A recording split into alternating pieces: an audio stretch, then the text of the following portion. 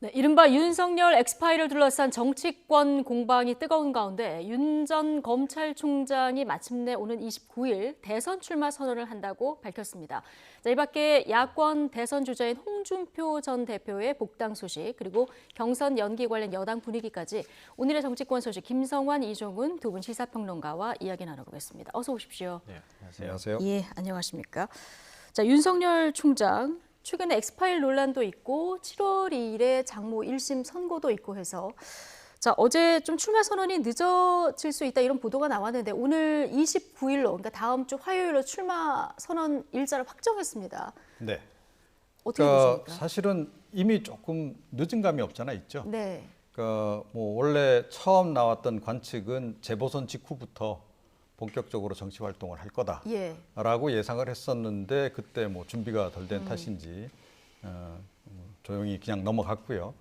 이제 그 다음에 나온 이제 얘기가 이제 뭐 어찌 됐건 다른 대선 주자들이 활동을 이제 시작할 그 즈음에는 이제 본인도 시작을 하지 않을까. 근데 대충 지금 보면 지금 야권의 대권 주자들이 7월 전에는 뭔가 다 이제 준비를 마치고 출전을 하는 이제 그런 그 일정을 지금 찾고 있습니다. 그래서 그 일정대로 지금 이제 움직여 가는 게 아닌가 이렇게 생각을 하고요. 그 동안에 이제 준비 과정이 어느 정도 좀 됐다 이런 이제 판단도 지금 작용하기 때문에 좀 출마 선언을 하는 것으로 이렇게 보입니다. 예. 오늘 날짜 확정 발표 이거 어떻게 봐야 됩니까? 정면 돌파하겠다 이런 의지로 봐야 합니까? 예, 그런 의도 포함하고 있다고 봐야 될 것 같아요. 전 뭐 제일 특이한 점 중에 하나가 일단 정계 진출을 선언하고 난 다음에 대권 출마 선언은 다시 한번 할 거라고 생각했거든요. 근데 그걸 한꺼번에 지금 다 하겠다는 겁니다. 그러니까 정계 진출을 얘기하면서 바로 저는 대권으로 가겠습니다. 대선 도전 출마 의사를 한꺼번에 발표하는 것, 이것도 어찌 보면 좀 특이한 현상 중에 하나다 이렇게 생각이 되고요. 가장 큰 관심을 모았던 게 7월 2일 장모의 의료법 위반 혐의 관련해서 1심 재판이 있잖아요. 1심 선고가 있는데 그 선고일을 좀 피하지 않겠느냐. 그래서 출마 선언을 하더라도 그 뒤로 좀 늦추지 않겠느냐 이런 얘기가 나왔는데 6월 27일은 아니었지만 29일로 그냥 바로 출마 선언을 하는 거거든요. 뭐 의도를 굳이 구분을 한다면 둘 중에 하나겠죠. 하나는 나는 떳떳하다. 이거를 전 국민한테 알리는 효과가 있을 수 있겠죠. 실제로 떳떳하다면.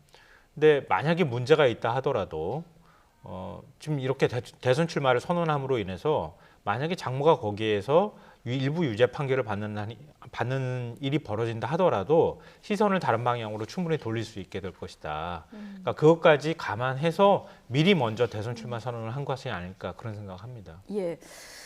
자, 윤봉길 기념관에서 하겠다. 장소적 의미를 좀 찾을 수 있을까요? 뭐 이제 정치인들이 보통 이런 출마 선언할 때 보면 주로 이 독립과 관련된 장소에서 많이 하세요. 뭐 그 독립 기념관 같은 데서 하기도 하고 뭐 또는 이제 뭐 김구 기념관 뭐 이런 쪽도 지금 많이 선호되는 장소기도 하고 이제 그런 맥락에서 이제 뭐 조금 결연한 의지를 보여준다 그런 차원에서 주로 이제 이 독립 운동가들과 연관된 그런 장소를 지금 많이 선택을 하는 게 아닌가 이렇게 생각을 합니다. 근데 굉장히 흥미로운 부분들이 많아요. 이건 공통점이 굉장히 많아요. 좀 찾아보니까 그러니까 윤봉길 의사 어떤 공통점이 있는 겁니까? 그 공통점을 일부러 찾으려고 했겠죠. 그러니까 윤봉길 의사가 고향이 충남 예산입니다. 충청권 대망론하고 관련이 있을 수밖에 없고요. 지금 뭐 윤석열 전 총장의 부친도 고향이 이제 충남 공주라고 얘기하고 있고요. 그리고 파평윤 씨입니다. 같은 그것도 공통점이죠. 그리고 윤봉길 의사가 홍콩 공원에서 폭탄 의거를 하신 분이잖아요. 위기에 빠진 나라를 구한 분이다. 그러니까 지금의 나라가 또 위기에 빠졌다. 이런 공통점을 만들어내려고 하는 것 같고요. 제일 흥미로웠던 부분 중에 하나는 아마 제 예측이 맞을지는 모르겠지만 출마 선언할 때 이 문구를 인용하지 않을까 그런 생각을 저는 해봤는데요.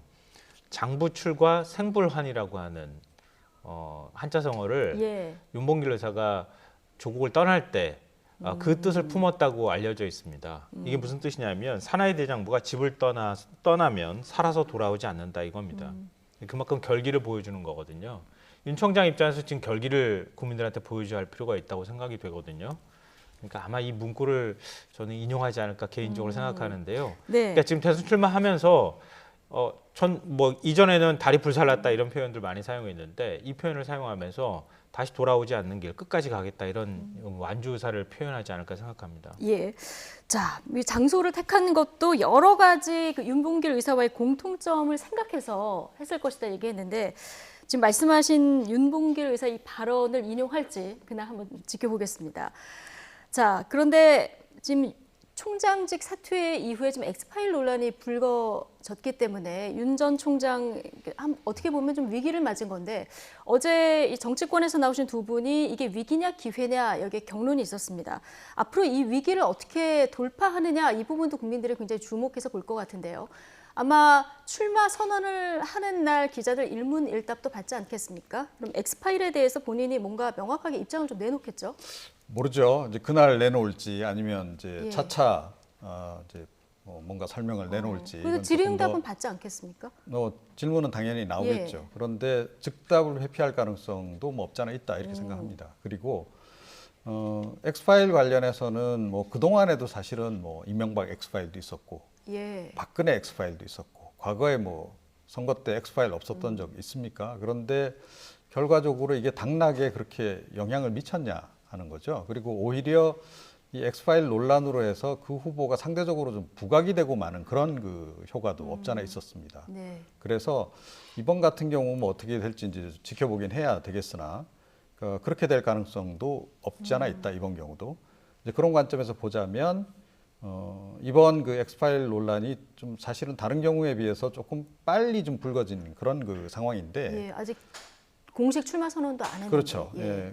그러니까 보통은 이제 그 당 경선이 이제 가열되면서 경선 국면에서 이제 먼저 제기가 한번 되고 그게 이제 조금 더 종합판으로 만들어져서 본선 때 또 이제 다시 또 공개가 되고 뭐 이제 이런 식으로 이제 예. 과거에 전개가 됐단 말이죠.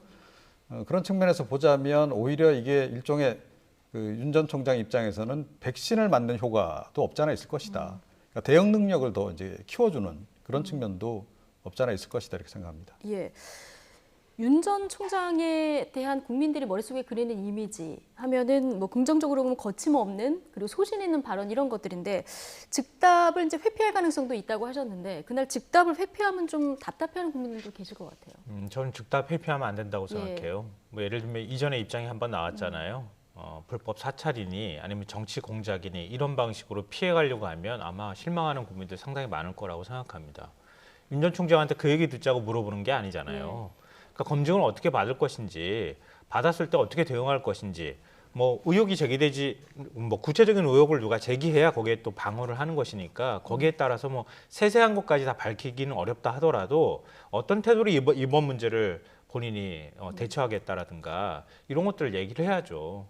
근데 지금 벌어지고 있는 것들 막 진흙탕처럼 벌어지고 있는 일에다가 자기도 터벙 뛰어들어서 같이 진흙탕 싸움을 하겠다고 하면 아마 직전 검찰총장이기도 하고 공정과 정의를 외쳤고 뭐 일종의 내로남불 프레임도 지금 작동하고 있는 상황이기도 한데 역시 내로남불 프레임에 휘말릴 가능성이 높다.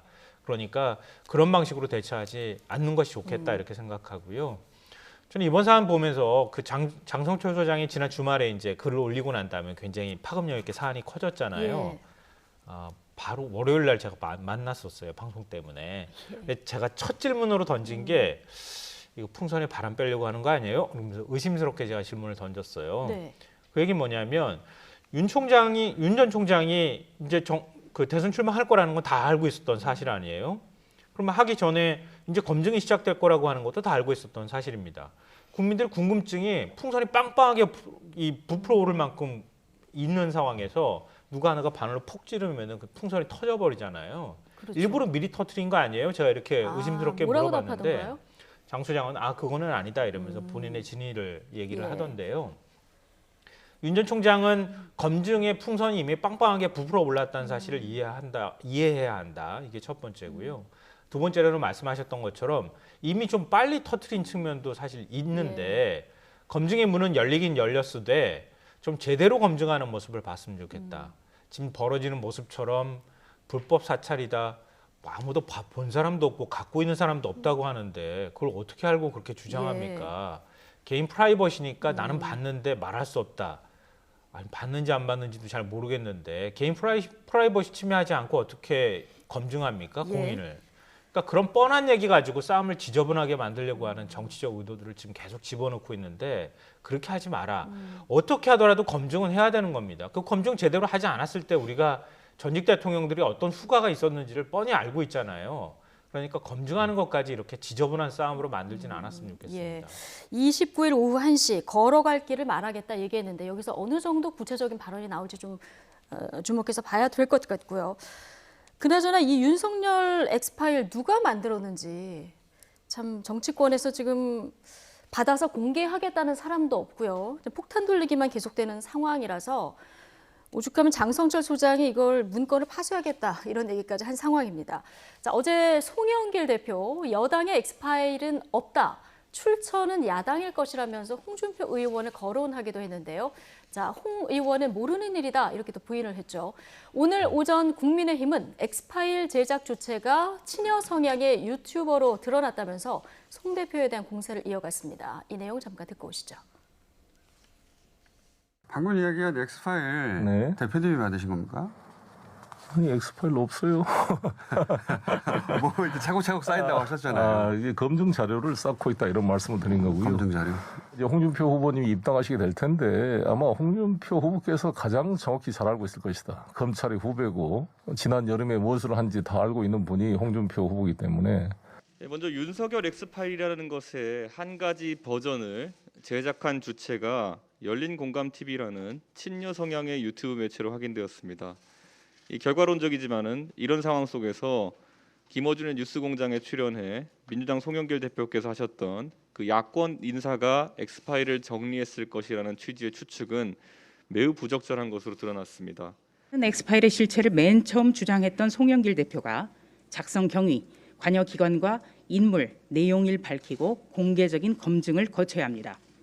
수사기관에 관련 자료를 넘기고 스스로 수사를 받는 것이 가장 빠릅니다. 그것이 가장 확실한 검증 방법입니다. 이제 와서 엑스파일은 없다고 말을 바꾸면서 계속 엄청난 비리가 있는 것처럼 떠드는 것, 이것 자체가 정치 공작임을 송영길 대표는 명심해야 합니다. 네, 자 윤석열 파일을 최초로 언급했던 송영길 대표 어제는 엑스파일 없다. 그리고 이 문건은 야당이 작성했을 것이다. 그러면서 홍준표 의원을 지목하기도 했는데 물론 이제 홍준표 의원 아니다 이렇게 얘기를 했습니다.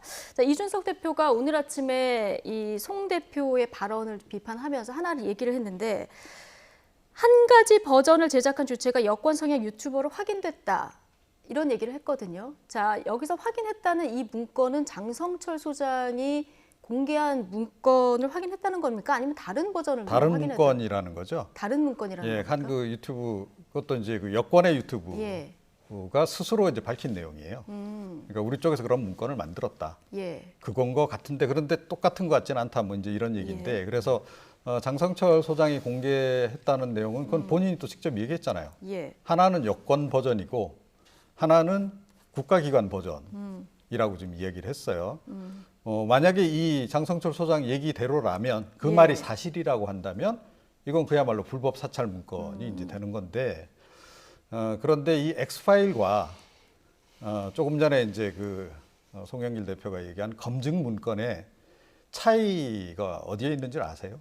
뭐에 그러니까 있습니까? 각 대선 캠프에서는 상대방 후보자들에 대한 검증 문건을 다 만듭니다. 그렇겠죠. 대응을 하기 위해서 만들죠. 내부적으로만 공유하고 이게 밖으로 나오지 않으면 엑스파일이 아니고 검증 문건인 거고 이게 밖으로 나와서 돌아다니기 시작하면 그게 이제 그때부터 엑스파일이 되는 겁니다.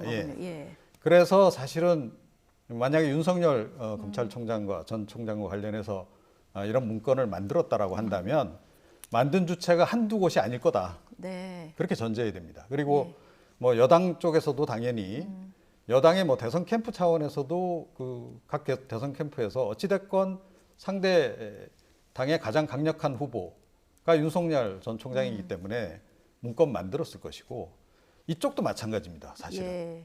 그러니까 이 범야권에서도 이재명 경기지사가 1위 후보이기 때문에 이재명 관련한 대응 문건 이런 것도 다 만들어요. 예. 근데 그게 이제 밖으로 돌아다니기 시작하면 그때부터 이제 엑스파일이 되는 건데 이번 같은 경우에는 누군가 장성철 소장에게 이걸 이제 유포를 한 거죠. 흘린 건데 자, 그거는 다분히 정치적 의도를 갖고 흘렸다라고 볼 수밖에 없죠. 그렇기 때문에. 그 정치적 의도는 뭐라고 보십니까? 그러니까 본인들이 이제 이 작전 세력이라고 보통 이제 우리가 부르는데요. 그 작전 세력이 뭔가 문건을 유포할 때는 의도가 분명히 있는 거죠.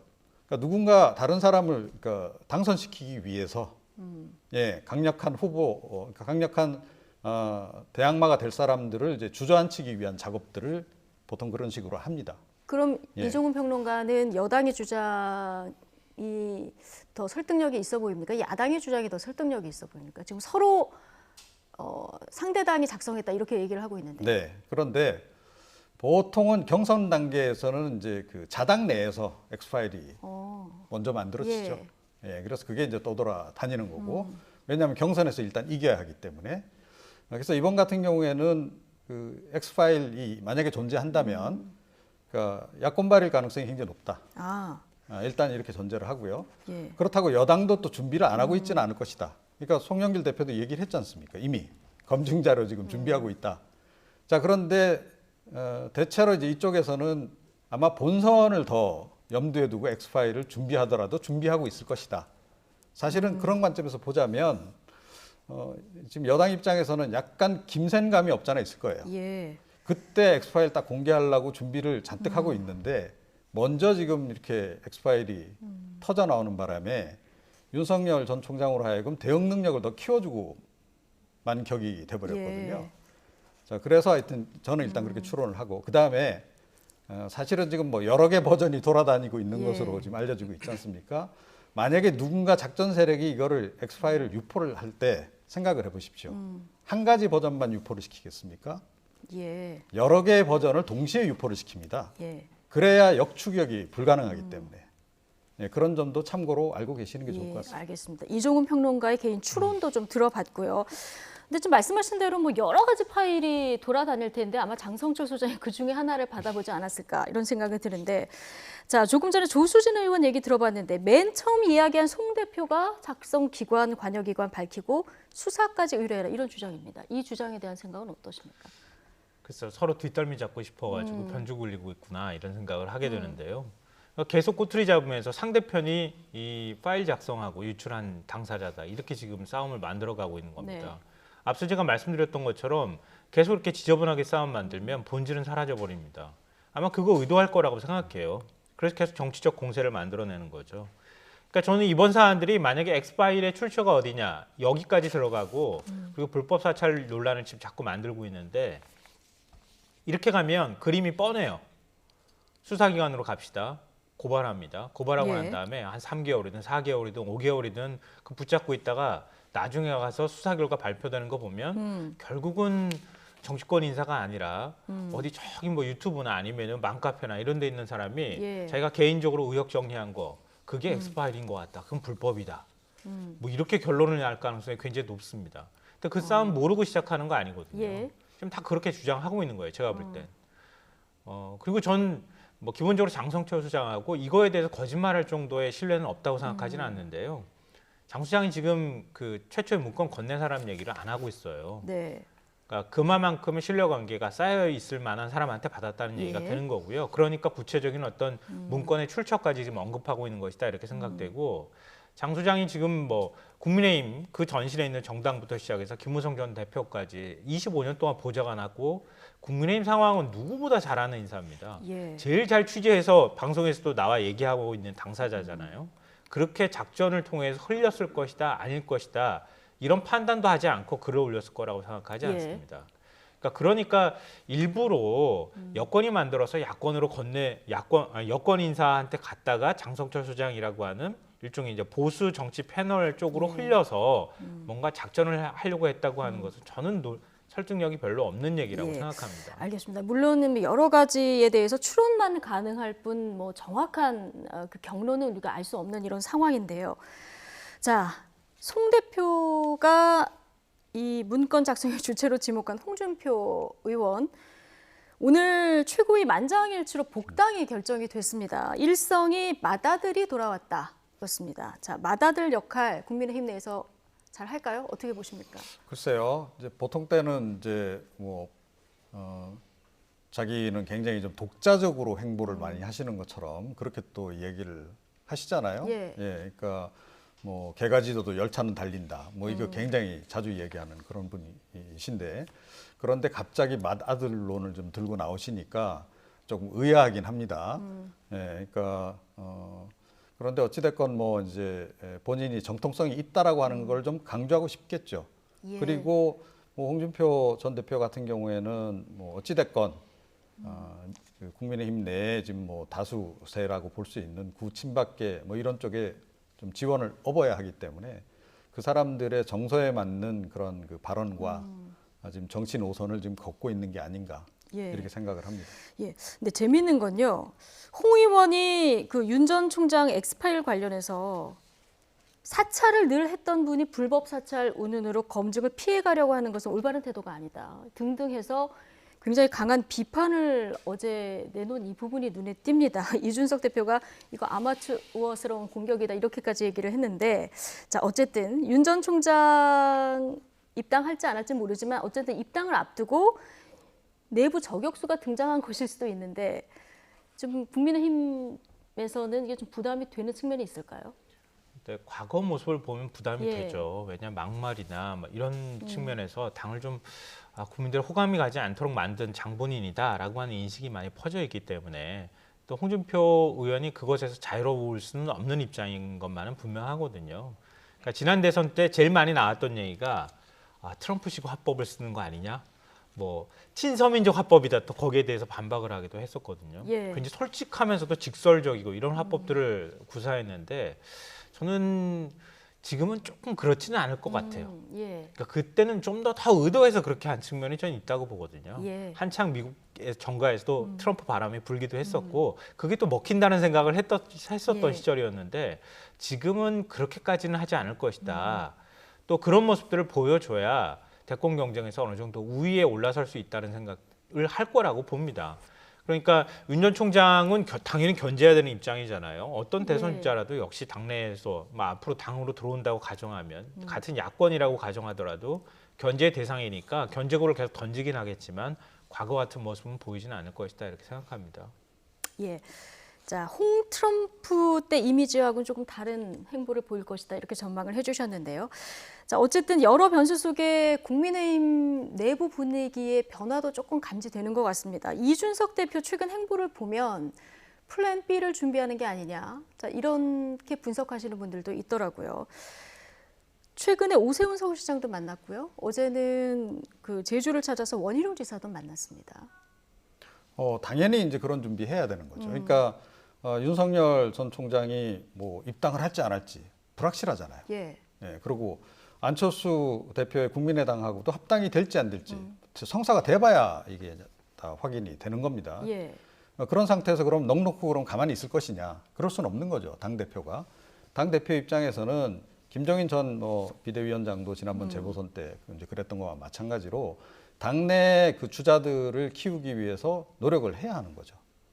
그래서 최악의 경우에는 당내 인사들만으로 리그를 짜고 그렇게 해서 본선에 후보를 내는 그런 그림을 당연히 이제 그릴 것이다. 그런 일련의 행보로 이제 봐야 되는 거고요. 만약에 뭐 나중에 뭐 입당 같은 거 합당도 다 안 이루어지고 뭐 후보 단위라도 최종적으로 안 됐다라고 했을 때 어떻게 할 거냐는 거죠. 어찌됐건 제1야당이고 지금 정당 지지율이 꽤 높게 나오는 그런 상황에서 후보를 안 내겠습니까? 반드시 내야 하는 겁니다. 그리고 내지 않는다면 더군다나 대권에 대통령 후보를 내보내지 않는다라는 것은 공당으로서의 어떤 존재의 자체가 이제 상실되는 거나 다름없기 때문에 그 준비를 지금부터 지금 하는 거다. 이렇게 생각을 합니다. 예. 자, 이준석 대표가 지난 경선 과정에서 내가 대표가 되면 제일 손해를 보는 게 유승민 전 의원일 것이다. 이런 얘기를 했었는데요. 근데 최근에 한 여론조사를 보니까요. 야권의 대선 주자 가운데서 유승민 전 의원이 2위로 껑충 뛰어오르는 이런 결과치가 있었거든요. 자, 이 부분 좀 주목해서 봐야 될 것 같습니다. 사실은 당내에서 제일 유력 주자라고 하면 유승민 전 의원이 맞잖아요. 예. 원래 1순위로 꼽아야 되는 대상이기도 하고 대선 출마도 했었잖아요. 좀 당시에 이제 지금 범야권이라고 분류하는 그런 사람들 가운데 대선 주자라고 하면 이번에 복당한 홍준표 의원일 거고요. 그리고 이제 유승민 전 의원이잖아요. 그러니까 당내에서 그만큼 나름대로 지지세도 어느 정도는 있다. 물론 뭐 TK에서 어떻게 바라보는가 이 문제를 떠나서 예. 그러니까 본인의 지분을 찾아가고 있는 것이다 이렇게 생각이 돼요. 근데 그것만 가지고는 안 되는 상황이었으니까 그러니까 앞으로 어떻게 하는가가 굉장히 중요하다고 생각이 되는데요. 예. 뭐 앞서도 말씀하셨지만 저는 이준석 대표가 김종인의 유산을 잘 가져가는 것 같다 그런 생각을 해요. 그러니까 지금 국민의힘에는 대선 주자가 없어요. 우리 당에는 없다는 얘기를 제가 한 게 아니라 국민의힘 사람들이 국회의원들이 나와서 입버릇처럼 한 얘기였어요. 있는데도 없다고 얘기한 거죠, 예. 사실은. 그리고 마땅한 사람이 없다는 건 지지율이 안 나오기 때문에 없다고 얘기했던 거란 말이에요. 그러니까 자꾸 안철수 대표를 바라보거나 윤석열 전 총장을 바라봤다는 거죠. 근데 김종인의 유산은 그게 아니잖아요. 그렇죠. 안에서 예. 계속 뭔가 움직여가면서 경쟁을 붙이고 그러면서 사람들의 주목도를 끌어내는 거. 이런 작업들을 해가면서 우리 당에서 뭔가를 만들어야 그래야 나중에 가서 뭐 같이 합치든 뭘 하든 해도 거기서 시너지가 나올 수 있다. 이거 아닙니까? 그러니까 이준석 대표가 그런 점에서는 부지런히 더 많이 돌아다니고 더 많이 만나면 제가 볼 땐 지금보다도 더 많은 지지율이 나올 가능성이 있다고 생각합니다. 아, 네, 이런 여론 흐름 속에서 유승민 전 의원 생각도 잠깐 들어보겠습니다. 오늘 아침 인터뷰에서 이준석 대표가 대선 경선 과정을 흥미있고 공정하게 해줄 것이라면서 원론적인 입장을 밝혔는데요. 또 윤석열 엑스파일 논란에 대해서는 말을 아끼면서 네거티브가 아닌 정책 경쟁 등을 통한 포지티브 선거전을 펼쳐야 한다 이렇게 강조했습니다. 자, 윤 전 총장 최근 행보에 대한 비판도 있긴 했는데 이 얘기 잠깐 듣고 오시죠. 뭐 전당대 도중에는 뭐 이준석 대표 후보죠 당시에 예. 유승민 개다 이래가지고 논란이 많았는데요. 예. 전당대 끝나고 나니까 그 이야기는 쑥득한 것 같아요. 이제 이준석 대표는 당대표 길을 열심히 가고 있고 예. 개인적으로야 가깝지만 저는 대선 후보 길을 가고 저희 둘 사이에 공사 구분 그런 건 확실하게 하면서 예. 저는 이준석 대표가 이번 국민의힘 대선 후보 경선 과정을 굉장히 드라마틱하고 흥미있게 그렇게 공정하게 잘 관리해 줄 거라고 기대를 합니다. 제가 윤 총장 보면서 지난 한 서너 달 동안 자꾸 대리인이나 측근이나 이런 사람들 입을 통해서 윤 총장의 생각이 전해지는 것 그게 예. 전원 정치라는 거 아닙니까? 예. 저는 그거는 좀 소통의 방법으로서 바람직하지 못하다. 여러 가지 얘기를 했습니다만은 일단 이준석 대표 둘 사이의 공사 구분은 확실하게 할 것이다 이런 얘기를 했고요. 또 하나가 네거티브가 아닌 포지티브 선거를 해야 된다 이 얘기를 오늘 했는데요. 이건 좀 뭐랄까요? 유승민 전 의원의 차별화 전략이라고 봐야 됩니까? 그렇죠. 그리고 이제 시대가 그렇게 지금 변해가고 있기 때문에 그 흐름에 맞춰가야 한다라는 얘기를 하는 거죠. 그러니까 사실은 이제 이준석 대표가 탄생하는 과정에서 중진급들이 얼마나 네거티브 공세를 많이 펼쳤습니까? 그런데 결국은 먹혀들지 않았거든요. 자, 이제 그 지점이 이제 사실은 이제 그 유권자들이라든가 또는 당원들도 변화를 원하는 대목인 거죠. 이제 그렇게 서로 싸움박질하고 그다음에 말도 안 되는 가짜 뉴스 퍼뜨리고 이런 식으로 하지 말고 선의의 경쟁을 해서 이길 수 있는 그리고 또 가장 중요한 건 또 본선에서 이기는 거 아니겠어요? 그래서 경선 과정에서 너무 그렇게 말도 안 되는 것 가지고 서로 상처 입는 그런 거는 피해가자라는 이제 그런 공감대가 제가 보기에는 조금씩 형성돼 가고 있는 그런 그 상황인 것 같고 뭐 그런 정서들에 대해서 지금 이제 그 유승민 전 의원이 이 얘기를 한 게 아닌가 이렇게 생각을 합니다. 그래서 본인부터 일단 그런 거를 철저히 지켜서 솔선수범한다면 훨씬 분위기가 좋아지겠죠. 자, 이쯤에서 오늘 발표된 대권 주자 지지율을 한번 보겠습니다. 자, 그래픽 준비된 거 주시면 차기 대선 주자 선호도 오늘 발표된 리얼미터 여론조사인데요. 자, 윤석열 전 총장이 여전히 1위지만 이게 지난주보다는 조금 빠진 수치죠. 그리고 반면에 지금 보면 최재형 감사원장이 3.6%까지 지난주보다 좀 오른 모습인데 이게 윤석열 전 총장이 빠진 만큼 최재형 원장이 좀 올라온 이런 부분이 눈에 띄거든요. 조만간 감사원장직 사퇴하고 등판 가능성 얘기도 나오고 있는데 본격적으로 나선다면 최재형 원장이 조금 더 치고 나올 가능성이 있을까요? 그럴 가능성은 있어 보여요. 예. 왜냐하면 뭐 국민의힘 인사들을 만날 기회가 있는데 그럴 때마다 최재형 감사원장 얘기를 자꾸 꺼내더라고요. 예. 만만치 않아요. 뭐 이런 얘기들을 계속 하는 걸 보면 보신형 내부에서 최 감사원장이 가지고 있는 굉장히 좋은 인식이나 아니면 호감도가 조금 있다 이런 생각을 하게 되고요. 더군다나 지금 이제 개헌을 공개적으로 얘기하고 있는 상황이잖아요. 예. 대통령 임기를 2년짜리로 축소하겠다 이렇게까지 파격적인 얘기를 하고 있는 상황이어서 아마 개헌에 동의하는 세력들이 적지 않이 있을 거라고 보거든요. 아마 본인 스스로도 그걸 생각해서 그걸 얘기하고 있는지는 모르겠는데 근데 그런 부분들까지도 아마 의식하지 않을까 예. 생각을 하는데 근데 전 다만 이렇게 감사원장을 두고 이런 얘기하는 게 맞나 모르겠어요. 아직 현직인데. 근데 이미 국민의힘 안에서는 7월 15일이다 언제다 날짜까지 다 예. 나와 뭐 공지의 사실처럼 얘기를 하고 있더라고요. 그럼 감사원장 빨리 그만둬야 되는 거 아닙니까? 그리고 감사원장 그만두고 바로 정치를 뭐 보름도 안 되는 사이에 하겠다고 하는 것도 참 예. 어이가 없는 일인데요. 예. 그러니까 이런 방식으로 자신의 처신을 관리하는 건 전 정말 부적절하다고 생각합니다. 그러니까 권력기관이잖아요. 감사원도. 뭐 김부겸 국무총리도 지적했던 것처럼 일반 우리 국민들의 상식 수준을 벗어나는 이런 행동은 하지 않아야 한다. 그러니까 출마하건 안 하건 자유지만 좀 최소한의 그 뭐랄까요 숙려기간이라고 해야 되나요? 네. 내가 감사원장으로 있었을 때 이렇게 편향적으로 했습니다라는 어디 오해를 굽지 않은 받을 시선, 그런 만한- 시선을 받지 않을 정도는 그 기간을 좀 떼어놓고 해야죠. 직행하는 건 적절하지 않다. 그러니까 예. 본인이 지금 감사원장이 있는데 이런 얘기들을 공개적으로 우리가 하고 있다는 것 자체가 예. 굉장히 좀 넌센스죠. 네, 최재형 원장 뭐 조만간 생각을 정리해서 말씀드리겠다. 국회에서 이 발언을 한 이후에 뭐 공식 입장을 밝힌 건 없는데요. 자, 행보 차차 주목해서 보도록 하고요. 민주당의 대권 구도에도 좀 변화가 있을까요? 윤 전 총장과 적대적 공생 관계로 불리는 추미애 전 장관 어제 대선 출마를 공식 선언했습니다. 촛불 정신 강조하면서 윤 전 총장을 겨냥한 말을 하기도 했는데요. 이 발언 듣고 오시죠. 저는 제1야당의 당대표로서 여러분과 함께 촛불광장에 있었습니다. 촛불 시민께 사회 대개혁을 약속드렸습니다. 그 약속을 잊지 않았습니다. 추윤 갈등 프레임 속에서 저 혼자서 어떻게 해볼 도리가 없었고 이제 그것이 실체가 드러나는 국면인 거죠. 지금은 진실의 시간이 온 것이죠. 그것뿐이에요. 그게 뭐 엑스파일이고 뭐고 할 것도 없죠. 진실의 시간이 오고 있다. 네. 자, 추 전 장관 촛불을 강조한 출마 선언 그리고 윤 전 총장에 대한 입장까지 듣고 왔는데, 자, 추 전 장관이 이제 본격 등판했습니다. 여권 내 그 대선 주자 구도에 변화가 좀 있을까요? 글쎄요. 그러니까 제가 보기에 뭐 그렇게까지 파괴력이 있을 것 같지는 않습니다. 예. 일단은 뭐 윤석열 엑스파일이라고 하는 게 만약에 존재한다면 누군가 만들었다면 가장 잘 준비하고 만들었을 법한 인물인 건 예. 분명해요. 그런데 과연 이제 그거를 토대로 해서 지지율을 끌어올릴 수 있을까 하는 것. 그러니까 윤석열을 잡을 수 있다.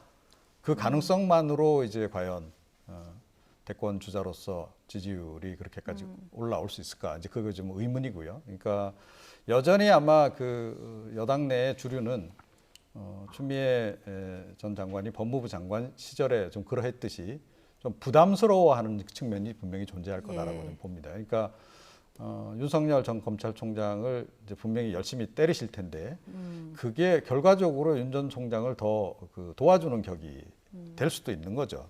이제 그런 부분이 이제 상당히 좀 부담으로 작용하는 부분이 좀 없잖아 있고, 그 다음에 그 친문계 어찌됐건 뭐 민주당의 주력군인 친문계 쪽에서 원하는 제3 후보군에 과연 이 범죄에 속한 인물이라고 봐야 되겠는가 하는 거예요.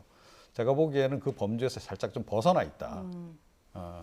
그래서 이제 조금은 제가 보기에는 탄력을 받기가 그렇게 쉽지는 않을 것 같다. 이런 생각입니다. 예. 추 전 장관이 자신을 꽝 잡는 매에 이제 비유를 하지 않았습니까? 박용진 의원이 과연 본인이 매가 맞는지 증명해야 된다 이런 얘기도 했는데 여권 내에서 그 추 장관을 바라보는 입장, 자 김성환 평론가는 어떨 거라고 보십니까? 뭐 당대표까지 한 사람인데 대선 출마 선언하고 정치하겠다고 하는 걸 누가 말릴 수가 있겠습니까? 그럼요. 예. 그러니까 자연스럽게 걸러내지는 과정이 있을 수밖에 없는 거고요. 뭐 그런 면에서는 전 큰 존재감을 갖기는 어렵다. 물론 뭐 이른바 검찰 개혁을 지금도 요구하고 있고 윤 전 총장이 그동안에 검찰총장으로 있으면서 해왔던 일들에 대해서 굉장히 부정적으로 바라보는 지층이 있기 때문에 그런 지층이 추미애 전 장관 쪽으로 갈 가능성은 있다고 보지만 그렇게 큰 포션을 차지할 거라고 생각하지는 않습니다. 근데 추 전 장관이 저는 저렇게 말하는 게 조금 이해가 잘 안 되는 측면도 있는데요. 꽁 잡는 배 뭐 말씀하셨지만 이 꽁 잡겠다고 뭐 밤낮 그 총을 쏴서 국민들이 잠도 못 자게 피곤하게 만들어 놨잖아요. 네. 근데 또 잡겠다고 얘기하면 누가 그 말 믿겠습니까? 양치기 소년이라고 생각하지. 그러니까 그런 것에 관해서는 아마 큰 프레임을 만들지 못할 것이다. 윤석열 아니면 나 둘 중에 하나 선택하시오. 이렇게 해가지고는 그런 프레임으로는 뭐 이 대선에서 존재감을 부각시키기는 어려울 거라고 생각합니다. 예. 박용진 의원의 지지율 변화 추이는 어떻게 예상하십니까? 그러니까 저는 박용진 의원이 좀 더 선전했으면 좋겠어요. 앞서 국민의힘 개인적인 바람이십니까? 아니요. 예. 이제 국민의힘도 제가 말씀드렸잖아요. 당내에서 굉장히 와글와글하면서 예. 뭔가 축제하기도 하고 경제하기도 하고 이러면서 국민들이 그 사람이 무슨 얘기를 하나 귀를 기울여 듣는 그리고 거기에 따르는 기대감이 생기면 지지율로 예. 반영되는. 그러니까 그동안에 너무 주자가 없었다고 얘기했는데 사실은 있지만 만들지 못했다 이런 말씀 드렸지만 민주당도 역시 마찬가지예요. 그러니까 너무 보이는 사람만 보이는 거잖아요. 그럼 새로운 사람들을 만들어서 좀 예. 송영길 대표가 그런 사람들이 뭔가 좀 경쟁할 수 있도록 만들어줘야 되는데 기존엔 이제 너무 유력 대권 주자들이 당내에서 오랜 기반을 쌓아왔던 대권 주자들이 확연하게 민주당은 있기 때문에 지금 그거 가지고 지금 경선 룰 만드는 거 가지고 지금 날 세우고 있는 상황이잖아요. 이거 좀 빨리 털어내고 저는 뭐 개인적으로 원칙대로 가야 한다고 보는데요. 원칙 한번 훼손하면 그게 원칙입니까? 네. 그러니까 때때마다 바꾸는 거지. 그러니까 그 원칙은 지키고 그 다음에 송 대표가 좀 움직일 수 있는 여지를 많이 넓혀줘서 예. 좀 김동연 전 뭐 부총리도 얘기 나오지만 계속 좀 많이 움직여가면서 나름대로 민주당 안에 역동성을 만드는 게 그게 국민들이 바라볼 때도 좋은 뭐 대통령을 뽑는 과정이라고 저는 생각합니다. 예. 경선 연기할지 말지 빨리 결정해야 된다 말씀을 하셨는데 지금 당내 분위기를 보면은 아직도 이게 지도부 결정 사안이냐 당무위 결정 사안이냐 가지고 아직도 좀 신경전이 치열한 상황이라서요. 내일은 결정될 수 있을까요? 뭐 두고 봐야죠. 이것도 또 두고 봐야 합니까? 네. 예. 그러니까 이게 아무래도 이제 전략적인 이제 판단이 이제 개입될 수밖에 없기 때문에 이제 그런 겁니다. 그러니까 우리가 이제 뭐 후보를 빨리 결정해서 이 본선에 임했을 때 이길 공산이 크다라는 판단이 확실히 들면 그러면 뭐 굳이 뭐 일정을 조정한다거나 그럴 필요가 없는데 그동안에 사실은 뭐 이 경선 일정이라고 하는 것은 그야말로 그런 전략적인 판단에 따라서 여야 불문하고 좀 많이 왔다 갔다 했던 그런 전례가 있습니다. 예. 그러니까 민주당도 뭐 늘 이 원칙을 딱딱 지켜왔던 것도 아니기도 하고 그렇기 때문에 좀 탄력적으로 이제 적용하자라는 이제 얘기가 많이 나오는 건데요. 그러니까 꼭 그 선거라고 하는 관점에서만 본다면 그 선거 승리라고 하는 부분에만 초점을 맞춰서 본다면 사실은 탄력적으로 좀 갈 필요가 있는 거죠, 현실적으로.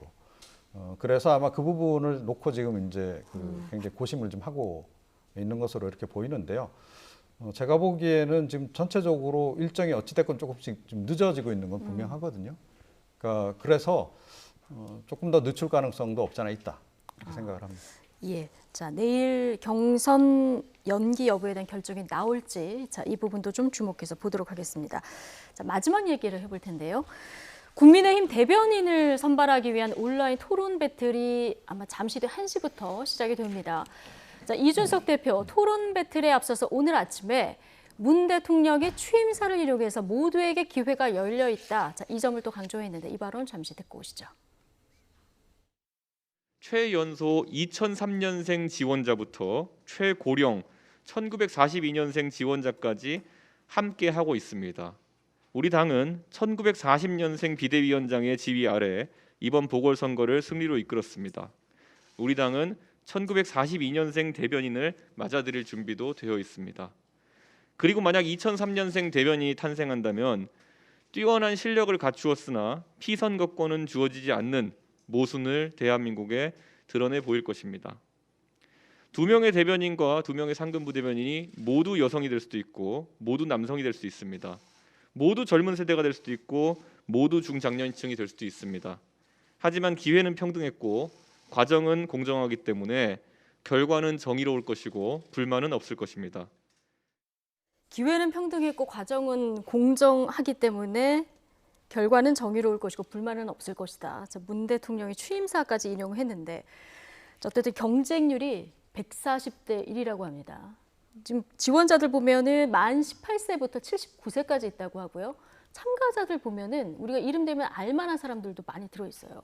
일단 흥행면에서는 대박이다 이렇게 보면 될까요? 흥미롭게 만드는 정치를 흥미롭게 만드는 요소도 필요하잖아요. 그러니까 그런 흥미롭게 만드는 요소가 될 것이다 이렇게 생각하고요. 그건 이제 정치 참여 욕구로 연결이 되기 때문에 국민의힘에 대한 국민들의 참여 욕구를 키우는 이런 이제 좋은 소재가 될 것만은 분명한데요. 지금 공정 계속 강조하는데 이게 공정하게 테스트가 될지 모르겠어요. 저는 테스트가 됩니까? 안 되잖아요. 왜냐하면 만약에 공정하게 하려면요 블라인드 테스트를 해야죠. 그렇지 않습니까? 다 이력도 알고 유명인이라는 거 얼굴도 다 아는데 거기서 지금 토론 배틀 붙었다고 붙인다고 이게 공정하게 과연 점수를 주는 게 가능합니까? 가능하지 않은 걸 공정이라고 자꾸 얘기하고 능력주의로 우리는 뭔가를 한다고 얘기하는 건 그건 이미지에 불과하다. 그러니까 그렇게 이미지를 만들면 우리가 마치 공정해지는 것처럼 얘기하지만 결코 그런다고 공정해지는 건 아니다. 약간 이준석 대표는 환상 같은 게 있는 것 같아요. 근데 하나하나 따지고 보면 이게 어떻게 공정합니까? 일반적으로 이렇게 해가지고 만약에 공정하게 뽑습니다. 이렇게 하면은 아마 취업준비생들한테 난리가 날걸요? 이런 방식으로 이런 룰을 가지고 이걸 공정하다고 사람들 뽑게 되면 차라리 모 방송 프로그램처럼 얼굴 돌리고 장막 뒤에서 뭔가 토론을 벌이면 또 모를까. 근데 그것도 아닌데 어떻게 이게 가능합니까? 그러니까 지금 제목도 나는 국대다 위드 준스톤. 제목도 눈길을 끌어서 일단 흥행면에서는 관심을 끄는 건 맞지만 지금 말씀하신 거로는 이게 이제 공정한 경쟁이 될지 이 부분은 좀 꼼꼼히 따져봐야 된다. 이런 지적을 해주셨는데요. 네, 그런데 밀실에서 당 대표와 몇몇 지도부가 그냥 결정해서 이 사람 대변인으로 하자. 이거에 비해서는 그래도 공정한 거 아닌가요? 상대적으로. 그러니까 상대적으로 일단 그렇게 이제 봐야 된다. 그래서 기존의 관행을 타파한다는 측면에서는 일단 뭐 긍정적으로 일단 점수를 줘야 되는 거고요. 시행착오가 없을 수 없겠죠. 그래서 이번에 이제 한번 해보고 이제 이 방식이 좋다라고 그러면 그대로 갈 것이고 아니면 조금 전에 말씀하신 이제 그런 블라인드 테스트식으로 가는 게 더 좋다 그러면 또 전환을 하겠죠.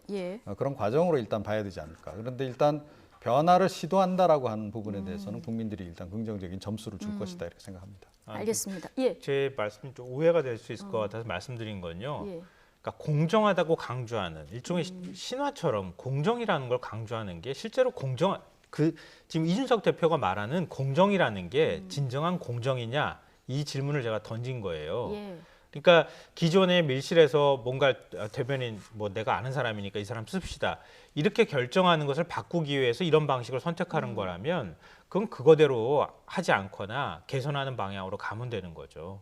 그거 하지 않기 위해서 이것만이 대안이다. 이것만이 공정이라고 얘기하는 건 일종의 공정이라는 신화를 통해서 우리가 공정하다고 하는 걸 보여주기 위한 쇼잉에 가까운 것이다. 이렇게 말씀드리는 거예요. 그러니까 이렇게 하면 이제 역으로 그런 생각도 하는 거예요. 과거에는 정말 저는 선택받은 사람입니다. 너무 감사합니다. 이런 생각을 할 수 있는데 이렇게 해버리고 나면 당연히 나는 선택받아야 되는 사람이야. 그러니까 오만함이 생겨나는 거죠. 그러니까 이런 방식이 꼭 정답은 아니라는 말씀을 제가 드리는 거예요. 그러니까 다양한 방식들이 전 시도됐으면 좋겠고 앞으로도 정치인이 정계 진출할 때도 다양한 방식들이 시도됐으면 좋겠다고 하는 겁니다. 어쨌든 좀 신선한 실험을 한번 하는 거고요. 이번에 이 토론 배틀 성공한다고 하면 또 하나 공약이 있었잖아요. 공직자 자격시험 보겠다. 자, 이것도 진짜 할지 좀 궁금해지는 대목입니다.